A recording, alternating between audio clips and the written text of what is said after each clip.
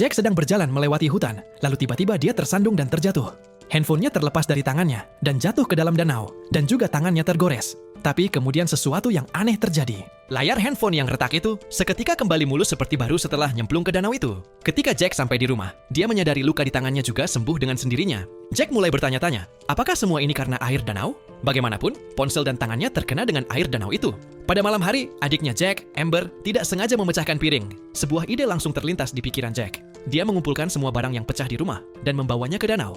Ketika dia kembali, semua yang ada di dalam tasnya sudah kembali seperti baru. Sekarang dia yakin, air danau itu memiliki kekuatan misterius bisa memperbaiki sesuatu. Suatu malam setelah ayahnya tertidur, Jack diam-diam keluar menuju danau. Namun, Amber melihat kakaknya keluar rumah dan diam-diam dia mengikutinya. Di tepi danau, Amber melihat Jack mengeluarkan sebuah kotak dari dalam tasnya. Jack terlihat gugup karena itu adalah buku sketsa milik Amber. Jack ingin tahu apakah gambar di dalam buku ini bisa hidup ketika terkena air danau itu.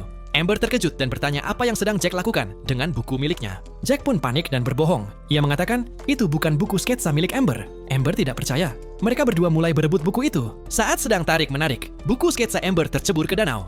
Jack dengan cepat menariknya keluar dengan sebuah ranting dan memohon pada Amber agar tidak menceritakan apapun yang terjadi malam itu. Tapi tiba-tiba, gelembung-gelembung mulai muncul di danau itu. Jack menyadari ada sesuatu yang salah. Dia menarik Amber dan berlari. Begitu mereka pergi, air danau mulai mendidih seperti air panas. Ketika mereka kembali ke rumah, mereka memanjat masuk melalui jendela. Amber kemudian memberitahu Jack sesuatu yang mengerikan. Semua gambar di buku sketsanya telah menghilang. Mendengar hal itu, Jack pun terdiam. Saat itu juga, suara-suara aneh mulai bergema dari hutan. Jack pun langsung mengerti, yang dimana danau itu telah menyerap semua yang pernah Amber gambar di dalam bukunya tersebut. Pagi harinya, ayah mereka datang untuk membangunkan mereka, tetapi mereka sudah bangun duluan. Amber bersembunyi di dalam lemari. Ketika ayah mereka bertanya mengapa Amber bersembunyi di lemari, Amber mengatakan ada seseorang yang mengetuk jendela mereka semalam. Ayah mereka menertawakannya dan mengatakan itu mungkin hanya seekor tupai. Tetapi ketika dia membuka jendela, ada noda kuning yang aneh di kaca jendela, dan tentu saja itu bukan dari tupai. Setelah ayahnya pergi, Amber bertanya pada Jack apa yang sebenarnya terjadi semalam.